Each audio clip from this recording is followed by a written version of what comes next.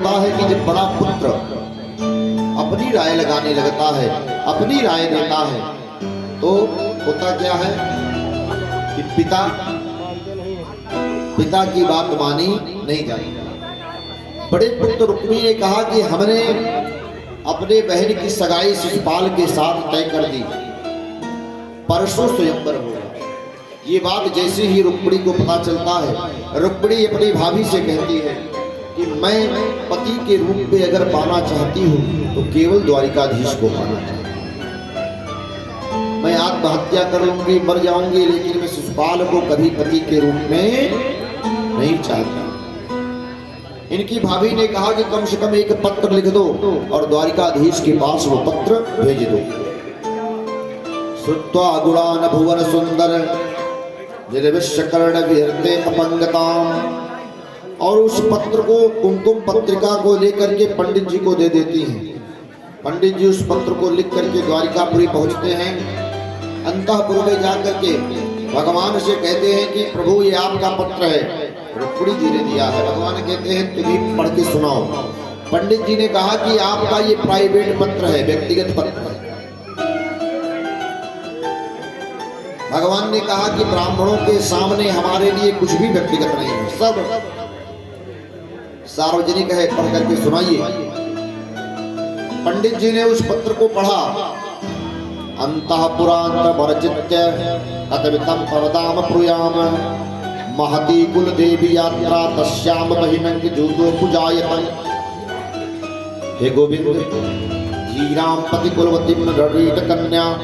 जिस प्रकार से एक सिंह के शिकार को कोई सियार लेकर के जाए तो उस शेर के लिए खेद होगा, उसी प्रकार से मैं चाहती हूं कि मैंने आपको कभी देखा नहीं है। हमने केवल आपके गुणों को अपने कानों से सुना है और मैं आपको आपके गुण को सुन करके आपको पति के रूप में पाना चाहती हूं। और जिस प्रकार से सिंह के भाग को कोई सियार ना लेकर के जाए, उसी प्रकार से हे गोविंद, हे द्वारिकाधीश, आप हमारा वर्ण करके हमको यहाँ से लेकर के द्वारिका पहुंचाएं।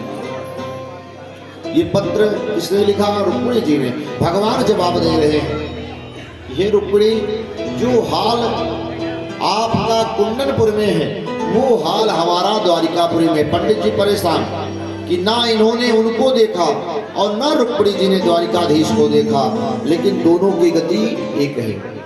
भगवान बिना कुछ विलंब किए और रथ पर बैठ करके पंडित जी को बिठा करके कुंडनपुर के लिए चल दिए।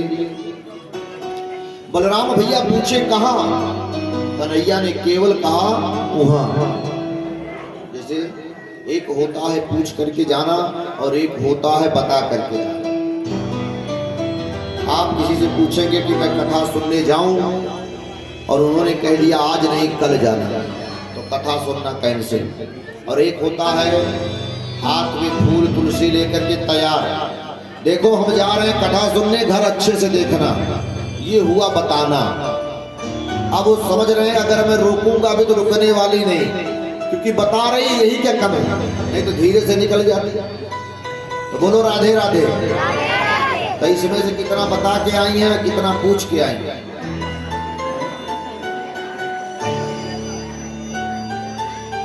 अच्छा, कितने पति पत्नी आए हैं? पति भी आए हैं, पत्नी भी आए। इन लोगों से पूछिए,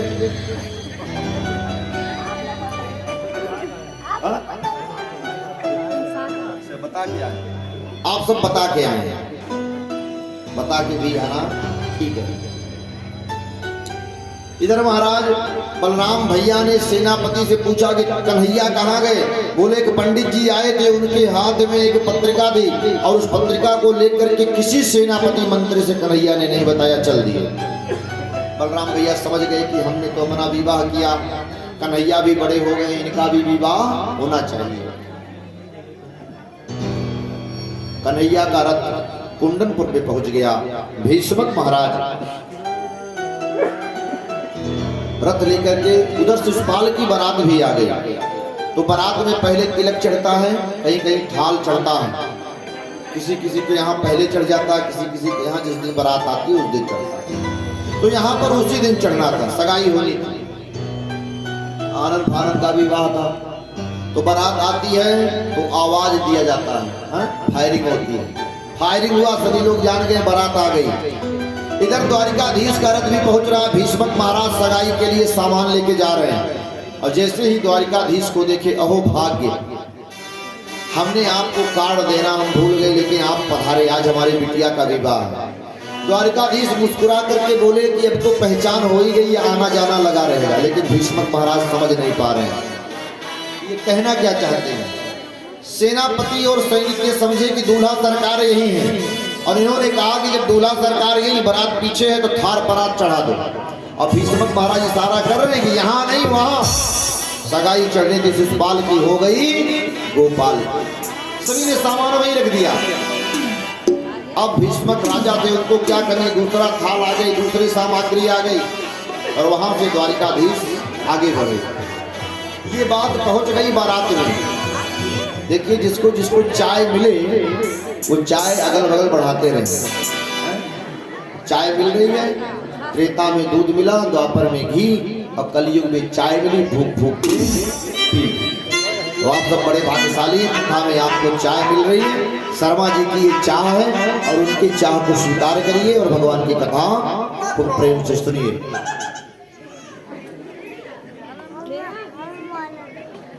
सभी लोग दोनों हाथों को उठा करके, अच्छा जो चाय पिए उनके लिए छूट है, जो चाय पी रहे हैं उनके लिए छूट है, हाथ नहीं उठाना।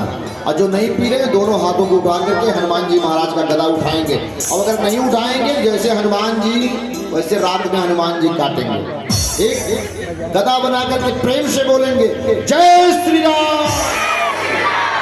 देखिए, कुछ लोग तलवार बना रहे हैं, पंजा नहीं, केवल गदा हनुमान जी का। जय श्री राम, जय श्री राम।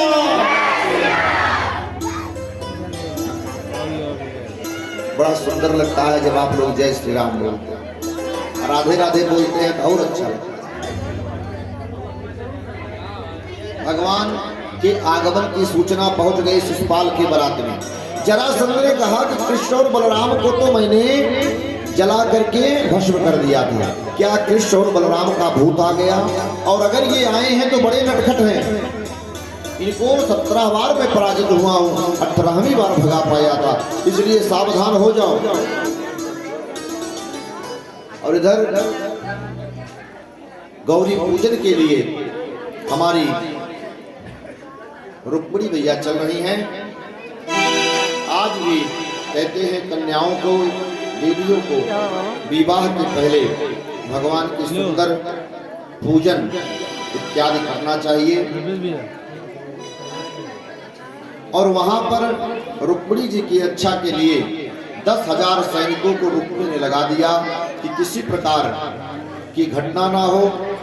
और 10,000 सैनिक कात्यायनी देवी के मंदिर के चारों तरफ फैल गए। और रुक्मिणी देवी सोच रही हैं कि यहाँ पर अगर कन्हैया आएंगे तो मैं उनको कैसे पहचान पाऊंगी। यहाँ पर तो 10,000 सैनिक का पहरा है, लेकिन हमारे गोविंद उसी के बीच में सुंदर रथ लेकर के और सुंदर धवल रंग के घोड़े को लेकर के हमारे कन्हैया भी पहुंच गए हैं। रुक्मिणी जी के साथ अनेक सखियां हैं और सभी रुक्मिणी जी को सजा करके और विवाह के पहले कात्यायनी पूजा के लिए चलती है। वहां का भाव है कि आओ सखियों मुझे मेहंदी लगा दो, आओ सखिया मुझे मेहंदी लगा दो, मेहंदी लगा के मुझे ऐसी सजा दो, मेहंदी लगा के मुझे ऐसी सजा दो, मुझे श्याम सुंदर की दुल्हन बना दो, मुझे श्याम सुंदर की दुल्हन बना दो। आओ सखियों मुझे मेहंदी लगा दो, आओ सखिया मुझे मेहंदी लगा दो, मेहंदी लगा के मुझे